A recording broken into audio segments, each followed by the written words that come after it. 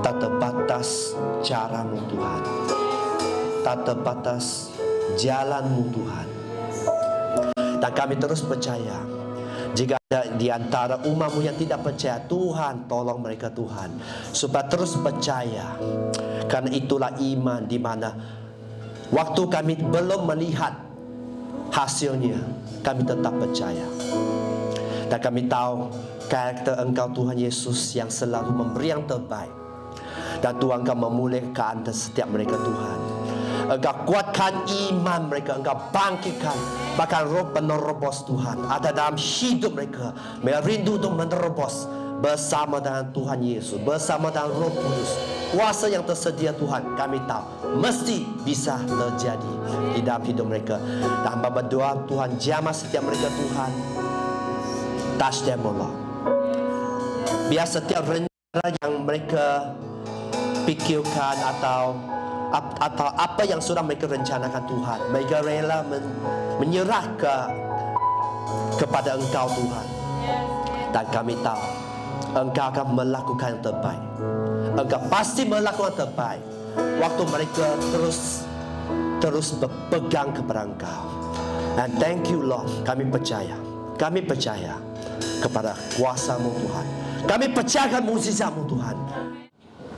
Firman menyatakan, mari kita baca bersama 2, 3. Duri dan perangkap ada di jalan orang yang serong hatinya.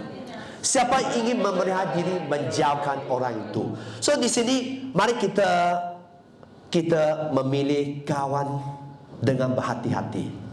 Kalau kawan kamu selalu kata ini dia selalu komplain tentang suami, ataupun selalu komplain tentang isteri, atau selalu komplain tentang teman, atau selalu komplain tentang pekerjaan, Anda harus menjauhkan mereka. Kan lama-lama Anda mendengar komplain, Anda kata, oh ya.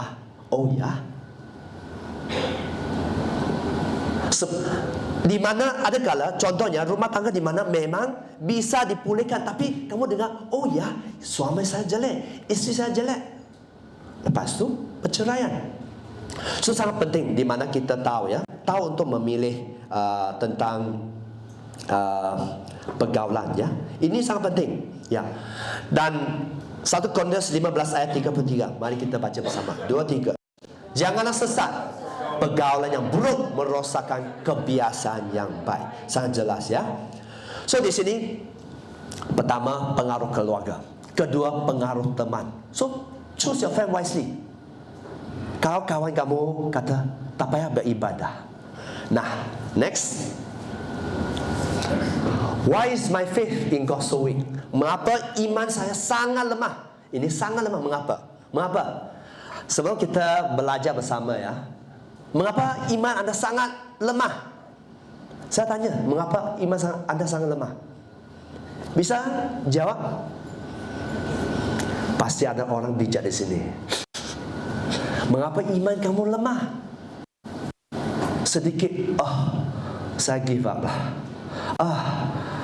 Tak ada harapan dah, saya putus pacar. Sebenarnya Tuhan, rencana Tuhan sangat baik ya. Kalau kita sadar ya. Karena apa? Mengapa kita bisa putus asa? Karena apa? Karena sebenarnya kita tidak bisa apa yang di depan kita sebenarnya. Kita tidak bisa melihat apa yang akan terjadi di depan kita itu. Mari, come kita next. Iman, mengapa iman Anda lemah? So sebelum kita baca firman itu ya, iman kita lemah ada karena kita tidak beribadah. Beribadah bukan setakat beribadah raya, tapi kita tidak bersekutu dalam connect group, belajar firman bersama ya. Kita tidak mengikuti doa, kita tidak mengikuti pemuritan. Apapun alasan di mana sebenarnya bisa dipahami. Tapi apakah Anda mau menguatkan iman Anda? That's the final thing. Karena kalau kita tidak berbuat apa-apa, iman Anda terus akan lemah. Ini satu kenyataan ya. Bagaimana Anda membaca firman, belajar tentang firman? Di gereja, di Connect Group. Waktu kita berdoa bersama, waktu kita berkumpul bersama, waktu kita dimuridkan bersama, ya. Mengapa iman Anda bertambah lemah? Kerana apa? Kerana Anda tidak taat kepada firman. Kan standar firman harus menjadi standar hidup kita.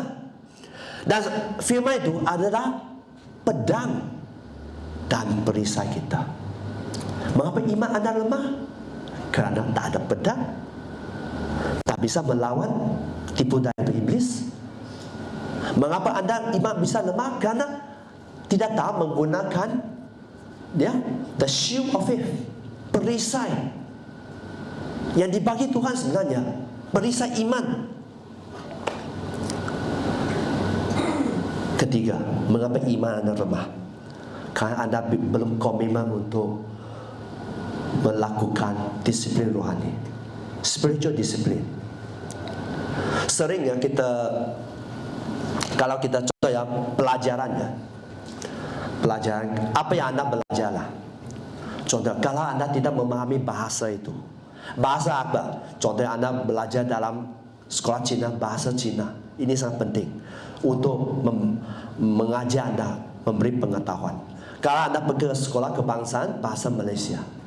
Kalau Anda pergi ke sekolah Tamil, ya Anda akan belajar bahasa Tamil. Tapi asasnya, kalau Anda tidak tahu bahasa itu, bagaimana Anda bisa belajar? Sama juga, kalau Anda tidak melakukan yang dasar, yang patut Anda lakukan, bagaimana Anda bisa kuat? Ya, so mari kita selidiki di sini. Saya mau share dari hati ke hati. Teguran Tuhan sebenarnya untuk supaya Anda insaf, Anda memahami Tuhan sayang, supaya Anda memahami memang ada cara mengatasi. Teguran Tuhan bukan untuk menjatuhkan Anda. Mari kita memahami itu, ya. Teguran Tuhan ialah untuk membangun Anda.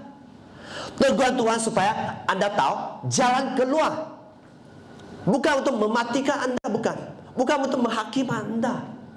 Kecuali Anda tidak mau bertindak selepas mendengar teguran. That's a different story. So kalau Anda orang biasa, Kristian yang biasa ialah selalu memberi alasan, banyak jenis alasan. Ya.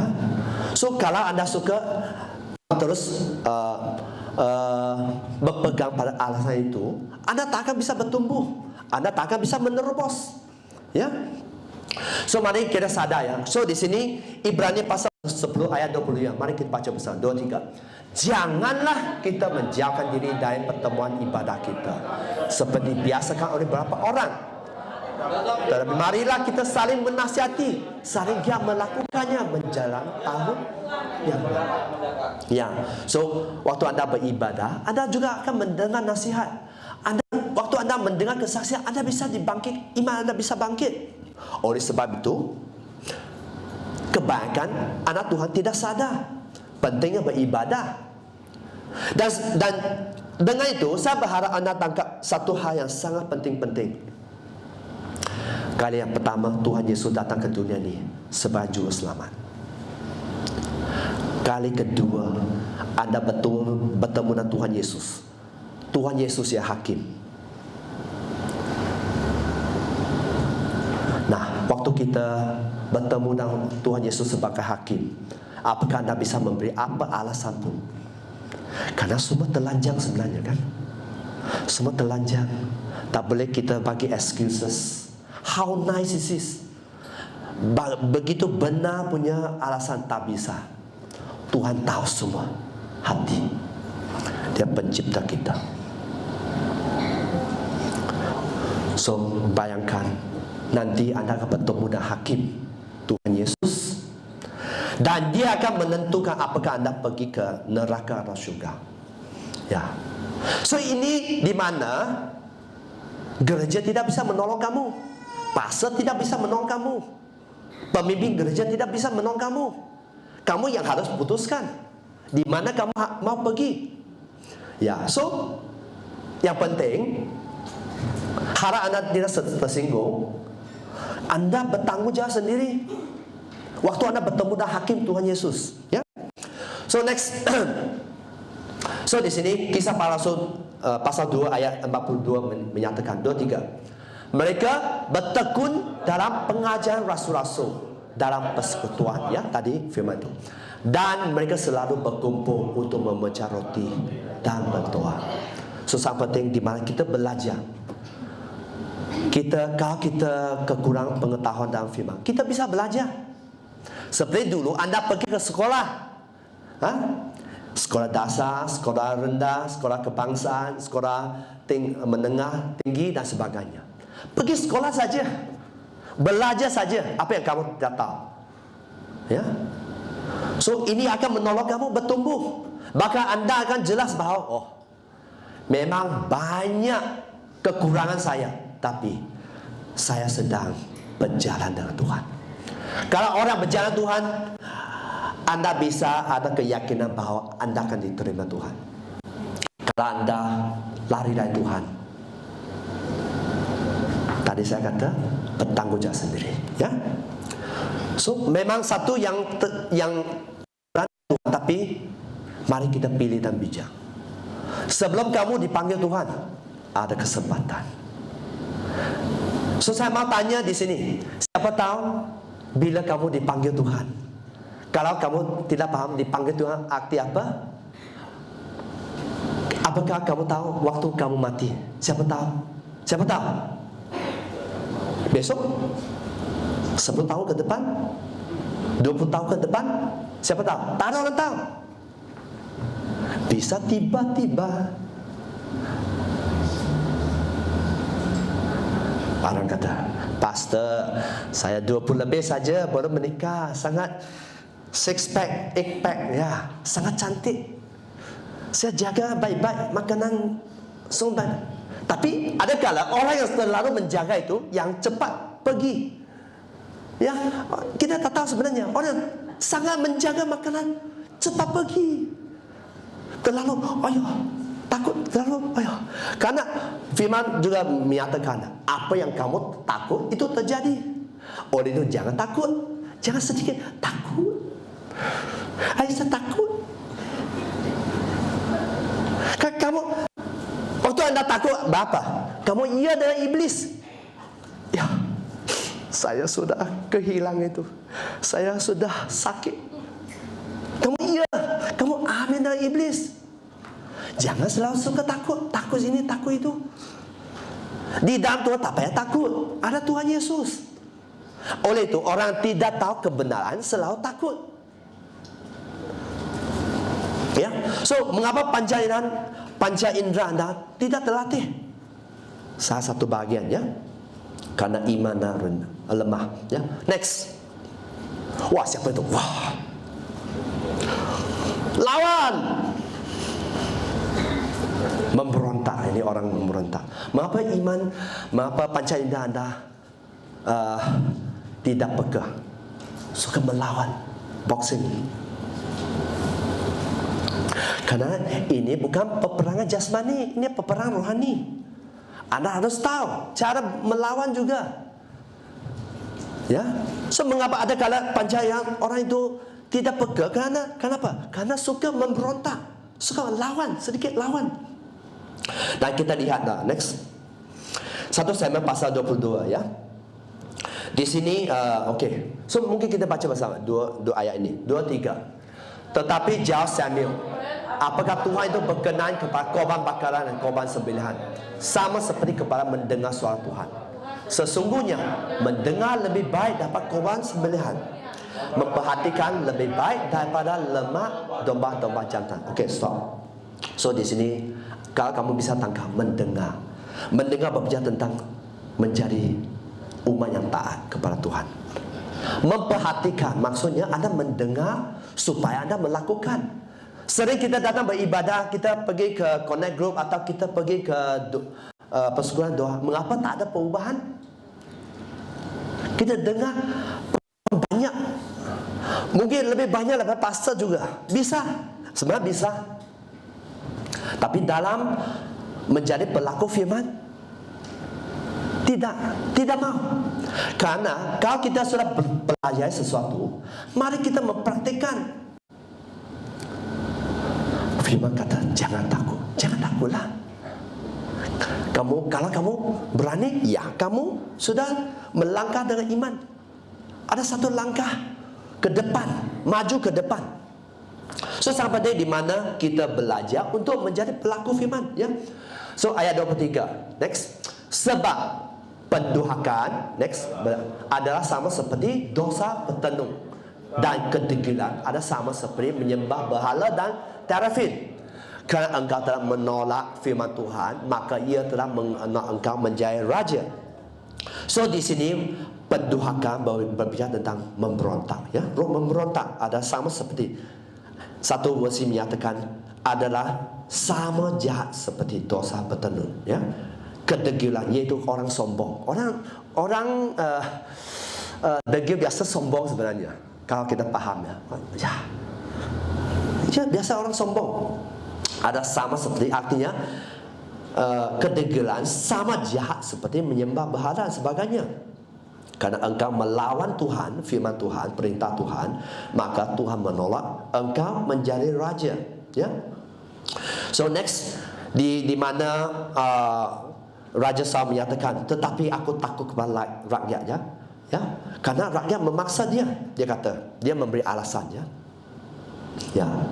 So ayat 26 firman katakan, engkau telah menolak firman Tuhan, sebab itu Tuhan menolak engkau sebagai raja. Nah, ayat 27, Saul memegang punca jubah Samuel tetapi terkoyak. Lepas itu ayat 28, kemudian berkatalah Samuel yang nabi, ya, nabi kepada Raja Saul. Samuel berkata kepada Saul, Tuhan telah mengoyakkan daripadamu jabatan raja atas Israel pada hari ini, dan telah memberikan kepada orang lain yang lebih baik daripadamu. So kita bisa membayar harga yang sangat mahal kalau kita menolak Tuhan, melawan Tuhan, suka memberontak, ya. So di sini Raja Saul sebenarnya pilihan pertama Tuhan. Tuhan pilih dia sebelum Daud, tapi kerana dia fail, dia gagal, dia memberontak. Dia tahu dia tidak harus melakukan tanggungjawab sebagai imam untuk membakar korban, tapi dia melakukan. Nah, di sini alasan apakah bisa diterima? So saya percaya waktu seseorang memberontak bukan satu kali. Kalau kita lihat hidup salah seorang murid, Yudas Iskariot, bendahari, ya, bendahari atas 12 murid Tuhan Yesus. Saya percaya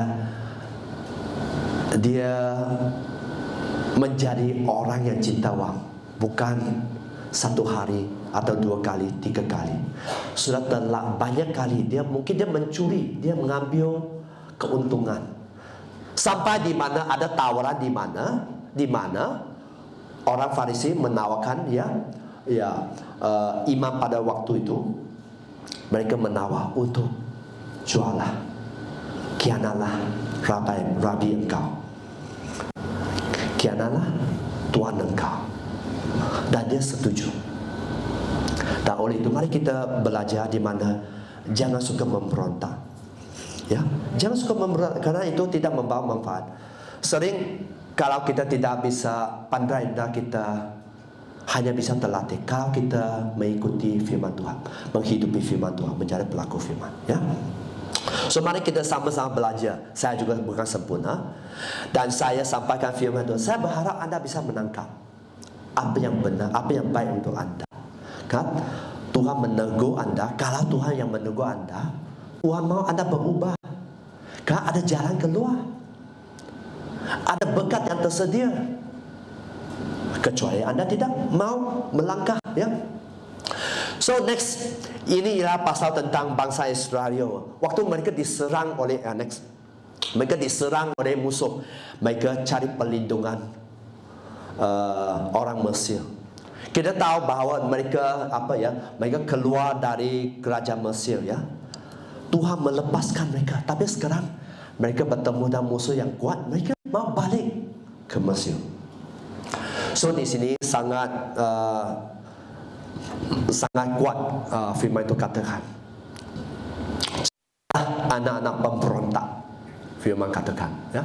Demikianlah firman Tuhan yang melaksanakan suatu rancangan yang bukan daripaku, ya, yang memasuki suatu persekutuan yang bukan oleh dorongan rohku, sehingga dosa mereka bertambah-tambah. Wow. Kalau kita selalu berdosa, dosa akan bertambah-tambah. Mengapa dosa bertambah-tambah? Karena waktu dosa bertambah-tambah, artinya ada sampai satu tahap di mana Anda akan menerima hukuman yang tersedia. Sama kalau kita menghidupi firman, satu kali Anda akan menerima janji-janji Tuhan dan berkat yang tersedia. So Anda mau menerima hukum yang tersedia atau janji firman yang tersedia, Anda harus memilih dengan bijak. Ayat 2 menyatakan, yang berangkat ke Mesir dengan tidak meminta keputusanku. Ini sering ya kita kata, contohnya kita berpacaran. Saya suka pastor, saya suka dia, dia sangat handsome, dia sangat cantik, saya suka dia. Yang lain saya tak mau pertimbangkan. Biasa ya, ini biasa sebenarnya, karena saya pernah juga muda dulu. Ya, ini bukan sesuatu yang tak ada history. So ada kala kita membuat keputusan sendiri. Ya, kalau Anda sudah menikah, tanggunglah. Jangan komplain, jangan kata, Tuhan, mengapa suami aku begitu jelek? Mengapa istriku begitu ya, membawa peperangan dalam rumah tangga. Contohnya, saya percaya bukanlah, tak ada di CSD. Kalau sudah menikah, ya siapkan hati, apapun terima saja. Oleh itu, sebelum kita menikah, mari kita buka mata besar-besar. Memahami keluarga yang handsome ini, memahami yang cantik ini dulu, ya. Memahami semua keluarga mereka, jangan hanya dia saja, ya. Keluarga dia bagaimana dan sebagainya, dan berdoa. Dan bahkan kami bisa mendorong kamu betul-betul bercinta. So mari kita menjadi umat yang bijak, ya. Di sini bangsa Israel mencari, mereka ingat bahawa Mesir pertolongan mereka. Mereka tidak meminta keputusan Tuhan untuk berlindung pada Firaun dan untuk berteduh di bawah naungan Mesir. Tetapi perlindungan Firaun akan memalukan kamu, kata Tuhan. Dan perteduhan di bawah naungan Mesir akan menodai kamu. So mari kita memahami, ya. Waktu kita membuat keputusan, kita perlu tanya bahawa apakah itu dari Tuhan, ya. Jangan membuat keputusan dulu, cari Tuhan. Next. So mari kita baca bersama 2-3. Jika kamu menurut dan mau mendengar, maka kamu akan memakan hasil baik dari negeri itu. Tetapi jika kamu melawan dan memberontak, maka kamu akan dimakan oleh pedang. Wow, sungguh Tuhan Yesus mengucapkannya. So mari kita tahu, ya, terima yang baik, ya. Mari kita menjadi umat yang bijak, ya. Jangan memberontak, ya. Jangan memberontak kepada pimpinan Tuhan, ya. Dan di sini Ibrani 10 next. Ini sangat penting, ya. Saya harap Anda, karena kalau kita selalu berdosa, orang selalu berdosa, memberontak dan sebagainya, ya, ini bisa terjadi juga. Mari kita berhati-hati. Ibrani pasal 10 ayat 26 dan 27. Mari kita baca bersama 2-3. Sebab jika kita sengaja membuat dosa sesudah memperoleh pengetahuan tentang kebenaran, maka tidak ada lagi korban untuk menghapuskan dosa. Okey, stop, ya. So maksudnya tidak ada jalan lain, ya, untuk melepaskan dari kamu. Kalau Anda sudah tahu itu bersalah, itu satu dosa, itu yang sangat serius, bahkan itu yang sangat serius, mari kita jangan lakukan. Ayat 27 next. Tetapi yang ada adalah kematian yang mengerikan akan penghakiman, dan api yang dahsyat yang akan menghanguskan semua yang durhaka. Maksud, Anda akan dibawa ke neraka, Anda akan dibakar, tapi Anda tidak akan mati. Akan merasakan penyiksaan itu selama-lamanya. So ini sesuatu yang sangat serius untuk setiap kita. Mari kita belajar untuk jangan memberontak. Kalau Tuhan pimpin sesuatu, ada kala sakit, ada kala memang kamu tidak mau. Saya percaya Tuhan memahami. Tapi kalau Tuhan sudah pimpin, jangan cepat menolak. Minta kekuatan Tuhan. Tanya Tuhan, why? Why God? Mengapa itu tidak cocok? Mengapa saya tidak boleh memilih yang itu? Contohnya, tanya Tuhan. Saya percaya Tuhan pasti mau Anda mengetahui sebabnya. Kalau siapa yang tahu masa depan kita? Siapa yang tahu masa depan kita? Hanya Tuhan saja. Sebijak-bijak, sepandai-pandai, bahkan pastor, pemimpin gereja, kami tidak akan bisa tahu semuanya kecuali Roh Kudus. Oleh itu mari kita belajar untuk bergaul dengan Roh Kudus. So mengapa panca indah kita tidak terlatih? Karena kita sering memberontak, ya. Ini satu poin, ya, poin keempat. Kelima, mengapa kita bisa panca indah kita tidak terlatih? Kita apa? Oke. Ya ini. Saya tak mau dengar. Tidak bisa dididik, not teachable. Ya. Karena kita sebagai manusia, kita sering ingat bahwa aku tahu saya berubah karena aku terlalu baik. Tapi setahu saya hanya Tuhan Yesus tak payah berubah, karena Tuhan Yesus sempurna. Firman-Nya sempurna. Tapi Anda dan saya perlu berubah, perlu bertumbuh dalam kelakuan kita, dalam karakter kita, dalam tindakan kita, dalam pemikiran kita, dalam hati kita. Kita perlu berubah, ya. Kan sangat jelas. Next, Matius 5 ayat 48 menyatakan, baca bersama, kerana itu harus kamu sempurna sama seperti Bapamu yang di surga ada sempurna. Tuhan mau Anda maju setiap hari. Tuhan mau Anda maju. Kalau Anda ikuti cara Tuhan, pasti Anda bisa bertumbuh, bahkan berhasil dan beruntung. Tuhan selalu pilih dalam keberhasilan untuk kebaikan kita, untuk menopang kita, menjadi tudung kita, supaya kita tidak jatuh, ya. So mari kita belajar itu, ya. Belajar untuk mempunyai hati yang mau dididik, ya. Sangat penting. Next, Hosea pasal 4 ayat 6 menyatakan 2-3, umatku binasa kerana tidak mengenal Allah.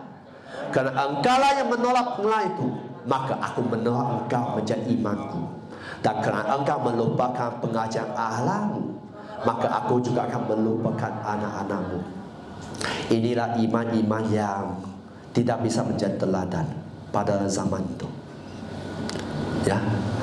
Kalau Tuhan bisa menolak imam, pasti umat yang biasa pasti bisa. Karena untuk Tuhan yang penting ialah benar. Beda dengan kita ingat yang baik bolehlah, yang biasa-biasa bolehlah. Dia sering kata yang biasa-biasa boleh. Tapi Tuhan mahu memberi yang terbaik. Setiap kita memiliki rencana yang berbeda. Ada di antara Anda, Tuhan mahu Anda naik tinggi. Kan wadah memang tinggi, dicipta tinggi, tersedia tinggi. Bukan Tuhan beras sebelah, bukan. Pilih kasih, bukan. Kan setiap kita dicipta berbeda. Saya dicipta berbeda dengan Anda. Anda dicela berbeza dengan perspektif dan sebagainya. Kita semua beda.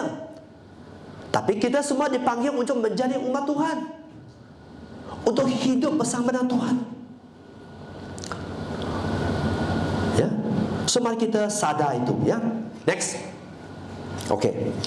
So Amsal 13 ayat 18 menyatakan kemiskinan dan cemooh, iaitu hina. Ya, kemiskinan dan hina menimpa orang yang mengabaikan didikan. Tetapi siapa mengindahkannya, teguran, dihormati, dihargai. Ya. Amsal 12 ayat 1-3 menyatakan siapa cintai didikan, mencintai pengetahuan. Tetapi siapa membenci teguran, ada dungu. Okey, stop. Dungu artinya secara sederhana orang bodoh. Ya. Siapa membenci teguran ialah orang bodoh. Ini firman katakan, ya, bukan saya katakan. Ya. Next, orang baik dikenan Tuhan, tetapi si penipu dihukumnya. Orang tidak akan tetap tegak kerana kefasikan, tetapi akal orang benar tidak akan goyang. Ya, so kejahatan tidak pernah akan mendatangkan kejayaan yang sesungguhnya. Dia mungkin bisa sangat kaya raya, tapi untuk waktu tertentu saja. Kerana ini ketetapan Tuhan. Seandainya dia mungkin sepertinya kaya sampai dia meninggal, tapi dia juga akan bertemu dengan hakim Tuhan Yesus, di mana orang, kalau dia orang percaya, sama juga, karena dia orang jahat di mata Tuhan. Kalau dia orang belum kenal Tuhan, ialah jelas neraka tempatnya. So mari kita sadar, ya, di mana ada kala panca indera kita mengapa tidak terlatih, kerana kita tidak mau dididik. Ya. Next, yang handsome ni siapa tu? Wah, banyak pikiran, question mark, pertanyaan banyak dalam hidup dia. Oh, banyak pertanyaan. Okey. So ini orang yang tidak mengerti pentingnya panca indera yang terlatih. Dan kita sebagai anak Tuhan, kita sadar, ya, keselamatan kita sebenarnya di dalam pilihan anda. Anda memilih pergi ke syurga ke neraka sebenarnya. Tuhan Yesus hanya putuskan tindakan anda saja. Anda yang akan memilih pergi ke syurga ke neraka. Ya. So orang peka kepada Tuhan akan bisa mendengar suara Tuhan. Mari kita baca bersama 2-3 Yohanes pasal 10 ayat 27. Domba-dombaku mendengar suaraku, dan aku mengenal mereka, dan mereka mengikuti aku. Ya, okey, stop. Tuhan berkata, domba-dombaku mendengar suaraku. Dan Tuhan kata, aku mengenal mereka, dan domba itu mengikuti Tuhan. Ingat, domba mendengar suara Tuhan. Ayat 28, mari kita baca. Dan aku memberikan hidup yang kekal kepada mereka, dan mereka pasti tidak akan binasa sampai selama-lamanya, dan seorang pun tidak akan merebut mereka dari tanganku. Ini ialah, kalau anda ialah domba Tuhan, dan domba Tuhan sepatutnya anda mesti bisa mendengar suara Tuhan. Suara Tuhan bukan setakat berbicara tentang dari suara audible. Ada sebenarnya, ada kala kita tahu Tuhan sedang membimbing kita sebenarnya. Hanya karena kita tidak memahami, kita pilih salah membuat pilihan. Waktu anda membaca firman, Tuhan bisa membimbing anda. Waktu anda datang persekutuan, anda bisa membimbing Tuhan. Mungkin teman anda, kondisi anda, Tuhan bisa menggunakan kondisi untuk membimbing anda. Tapi apakah anda mau mendengar? Sebenarnya itu sangat menentukan. Ya, karena ada kala orang tidak mengerti pentingnya mempunyai panca indera yang terlatih. Ya, dan ada kala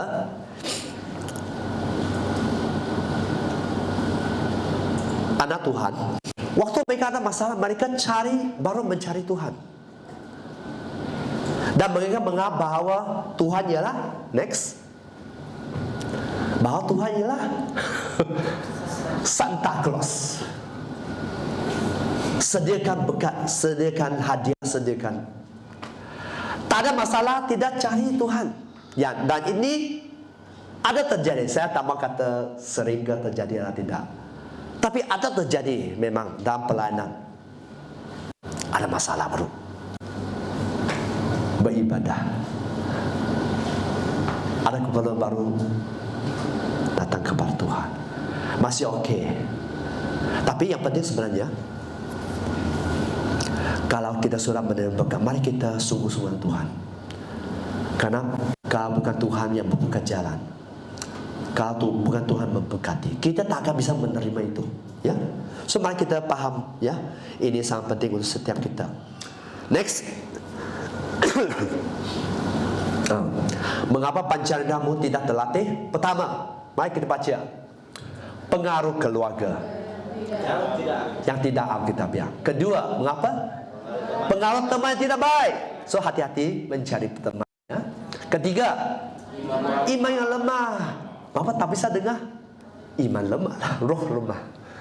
Keempat, roh yang memberontak, suka memberontak. Ya, kebaskanlah hidup kita. Kelima, tidak bisa dididik. Ya, so mari kita belajar mau dididik. Ya. Keenam, karena tidak mengerti pentingnya pancadera terlatih. Ya, ini sangat mempengaruhi hidup kita sebenarnya. Sebenarnya pancadera bisa dilatih, ya. Pancadera bisa dilatih, ya. Tapi itu bukan otomatis, ya. Bukan otomatis, ya. Anda bisa berlatih. Dengan apa? Next. Next. If you want to change your life, change your habit. Jika Anda mau mengubah hidup engkau, ya, ubahlah kebiasaan, ubahkan kebiasaan. Sangat penting kita mengubah. Kalau kita tidak berubah, ya tetap sama. Keadaan yang sama, keadaan tetap mencabar. So sangat penting kita mengubah kebiasaan kita. Ya, Tuhan sudah berbicara, kalau Anda mau di mana pancarandamu menjadi terlatih, Anda mau dilatih lebih peka, kita boleh belajar untuk berubah. Ubahkan kebiasaanmu. Ya, sangat penting ubah. Anda perlu berubah. Anda perlu membuat keputusan di hidupmu. Next, kedua, bagaimana pancarandamu bisa dilatih? Kedua, by giving God your time, you are saying that you need Him in your life. Dengan memberi waktu kepada Tuhan, Anda berbicara kepada Tuhan bahawa engkau memerlukan Dia. Dengan memberi waktu kepada Tuhan, ya. So sangat penting, ya. Di mana kalau kita melihat dalam Alkitab, next, dalam Alkitab ada satu tokoh, Maria dan Martha. Martha terlalu sibuk dalam pekerjaan, pelayanan dan sebagainya. Tapi Maria memberi waktu, duduk di kaki Tuhan, mau belajar mendengar. Ini sangat menentukan sebenarnya. Kalau kita, ya, tidak memberi waktu, Anda tak akan bisa mendengar. Anda tak akan bisa peka apa yang Tuhan sedang pimpin ke dalam hidup Anda. So mari kita sangat perlu memberi waktu kepada Tuhan. So Mazmur 27 ayat 14 menyatakan, mari kita baca 23. Nantikanlah Tuhan, kuatkanlah dan teguhkan hatimu. Ya, nantikan Tuhan. Mari kita belajar bersabar. Belajar sabar, kesabaran. Mari kita belajar untuk tabah, ya. Bahawa Tuhan akan menolong. Ada kala Anda perlu memberi waktu. Kondisi Anda tidak akan berubah kalau Anda tidak memberi waktu. Ya. Ada kala, ya, kita tidak percaya. It's okay. Kita bisa coba dengan terus melakukan semua apa yang Anda tahu, melakukannya. Lihat 1 minggu apakah ada perubahan, 1 bulan apakah ada perubahan, 1 tahun apakah ada perubahan. Kita bisa, you can test. Tapi seorang pendeta Adrian Roger, beliau menyatakan, you can save a lot of time waiting on God. Dan apa artinya? You can save a lot of time waiting on God. Maksudnya anda dapat menghemat banyak waktu dengan menunggu waktu dan menunggu Tuhan. Mengapa dia kata begitu? Mengapa? Karena biasa jalan kita sibuk-sibuk melakukan ini, membuat keputusan ini, salah keputusan.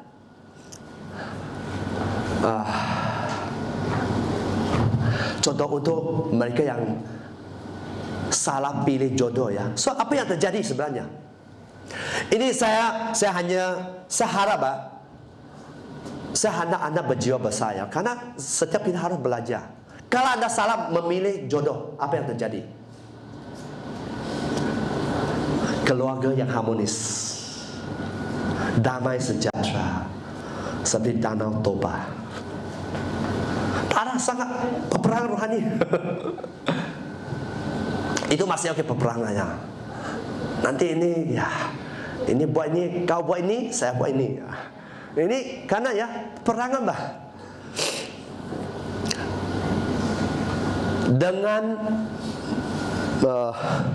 Dengan memberi waktu, banyak waktu kepada Tuhan, menunggu pimpinan Tuhan, akan menghematkan banyak masalah hidup.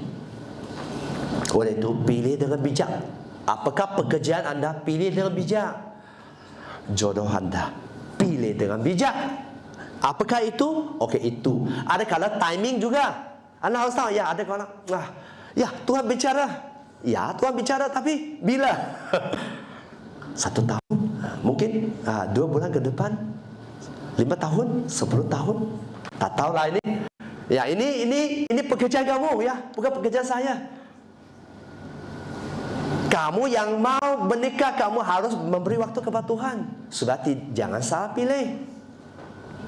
Ya, contoh anda salah pilih pekerjaan. So apa yang terjadi ya? Anda akan mengalami lebih banyak cabaran lah. Ya. So ini semua, mari kita sebenarnya sangat penuh hikmat ya. Beliau berkata, you can save a lot of time waiting on God. You can save a lot of time. Engkau akan menghemat banyak waktu ketika anda menunggu Tuhan. Ya. Seorang hamba Tuhan, Campbell Morgan, pendeta dan penulis Inggris ya. Next. Beliau berkata ya, waiting for God is not laziness. Saya baca bahasa Inggris dulu. Waiting for God is not laziness. Waiting for God is not the abandonment of effort. Waiting on God means, first, activity come under command. Second, readiness for any new command that you may come. Third, the ability to do nothing until the command is given. Artinya apa untuk mereka yang kurang bahasa Inggris? Menantikan Tuhan bukan kemalasan ya. So mari kita paham ya, menantikan bukan kemalasan. Menantikan Tuhan bukan berarti mengabaikan usaha. Bukan bahawa jangan bekerja ya. Harus kerja. Menantikan Tuhan berarti pertama, aktivitas di bawah perintah. Artinya apa? Engkau melakukan perintah Tuhan. Kalau Tuhan bicara, lakukan itu. Lakukanlah. Lakukanlah. Jangan stop lakukan apa. Jangan tidak percaya. Kalau Tuhan berbicara, lakukanlah. Kedua, kesiapan terhadap perintah baru apa yang mungkin akan datang. Kedua, selepas lakukan hal pertama, kedua, bersiap untuk terima perintah yang baru nanti. Ketiga, sangat penting ya, ini sangat penting, kemampuan untuk tidak bertindak sampai perintah diberikan. Ini sering orang gagal ya. Kemampuan untuk tidak bertindak sampai perintah diberikan. Tuhan memberi kita hikmat. Mari kita gunakan hikmat, kebijaksanaan yang dibagi Tuhan. Ya. Kalau Tuhan belum memberi perintah, jangan cepat-cepat melakukan. Ya. Ya, dan ini sebenarnya bukan setakat dalam pelayanan dalam hidup, tapi kalau anda memperhatikan pengusaha ataupun penginjil, pendeta, hamba-hamba Tuhan yang dipakai luar biasa.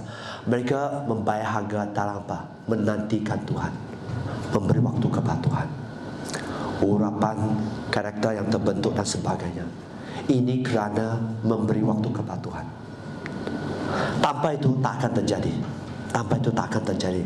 Anda tak akan dibentuk dengan lebih sempurna, lebih sempurna, lebih sempurna. Tak akan. Karena pelayanan hidup ini berbicara tentang karakter. Anda bisa mempunyai banyak kemahiran, banyak idea dan sebagainya, sangat bijaksana, sangat berhikmat. Tapi Anda perlu melakukannya waktu instruksi dibagi. Jangan melakukan sebelum itu atau jauh-jauh selepas baru melakukan. Impactnya sangat berbeza, ya. So mari kita hanya bertindak, ya, tentang bahagian ketiga, the ability to do nothing until the command is given. Artinya jangan bertindak sampai perintah itu sudah diberi, ya, supaya Anda aman, ya, supaya Anda aman, ya. So ketiga, ya, bagaimana Anda bisa mempunyai panca indera yang terlatih menjadi pelaku firman. Oleh itu taat itu sangat penting sebenarnya. Taat kepada Tuhan sebenarnya sangat penting.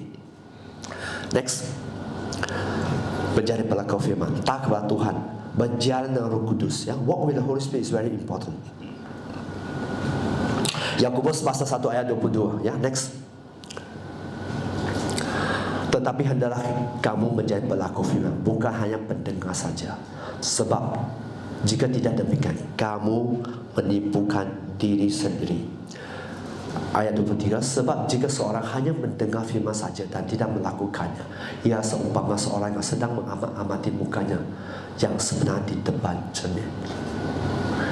Oleh itu, tadi mengapa saya katakan, adakah kita mempunyai banyak pengetahuan tentang firman, tapi kerana kita tidak melakukan, oleh itu kita tidak bisa berhasil menerima berkat, menerima janji-janji itu. Ayat 25, barang siapa meneliti hukum yang sempurna, iaitu hukum yang memerdekakan orang, ya. Firman ada kuasa, ingat. Hukum yang memerdekakan orang, hukum yang firman yang membebaskan kita, dan dia bertekun di dalamnya. Jadi bukan hanya mendengar untuk melupakan, ya. Sering kita mendengar banyak firman, kita mendengar untuk wow, luar biasa firman, tapi lupa. Selepas pergi waktu, ya, selepas ibadah, saya lupa. So mari kita tangkap berapa poin. Mungkin salah satu tips, ya, di mana Anda belajar menjadi pelaku firman, tangkap berapa poin yang penting dalam hidup Anda. Tangkap itu dan mengerjakan itu, mengusahakan. Kalau tanpa usaha, ya, tak akan ada apa-apa. Anda tak akan menerima apa-apa, ya. Ya? So itu sangat penting. So di sini, tetapi sungguh-sungguh melakukannya, orang sungguh-sungguh melakukannya, ia akan berbahagialah oleh perbuatannya. So Tuhan kata, berbahagia orang yang melakukan perintah Tuhan. So di sini panca inderamu bisa dilatih dengan pertama, next, dengan mengubah kebiasaan, ya. Kedua, memberi waktu, sangat penting. Ketiga, menjadi pelaku firman. Sebenarnya kalau saya tidak sampaikan firman, saya percaya kamu sudah tahu. Tapi hanya apakah kamu melakukannya, memberi waktu, menjadi pelaku firman, mengubah kebiasaan. Kalau Anda bisa memberi waktu di mana Anda membazir dalam sosial media, borak-borak yang sia-sia, saya percaya kamu bisa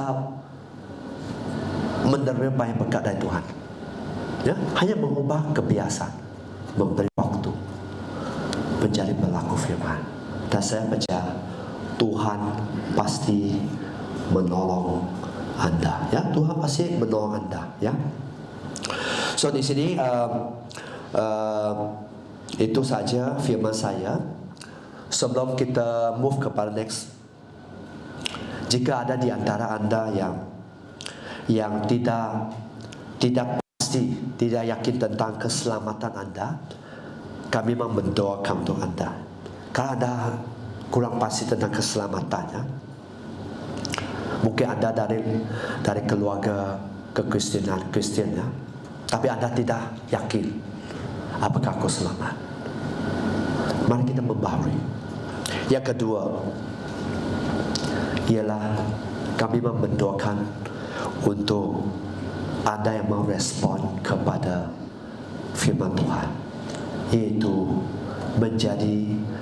meningkatkan panca indera anda menjadi lebih peka. Kan kita perlu tahu apa yang Tuhan sedang tuntut dalam hidup kita. Setiap kita mungkin berbeda, dari yang belajar, dari yang bekerja, ya, dari yang dalam pelayanan sebagainya. Setiap tahap kita berbeda. Jika anda ingin merespon kepada firman Tuhan, saya mau berdoa untuk anda. Ya, so pertama kalau ada sesiapa yang mau didoakan, karena anda tidak yakin tentang keselamatan anda bisa angkat tangan. Ya, kamu tidak yakin.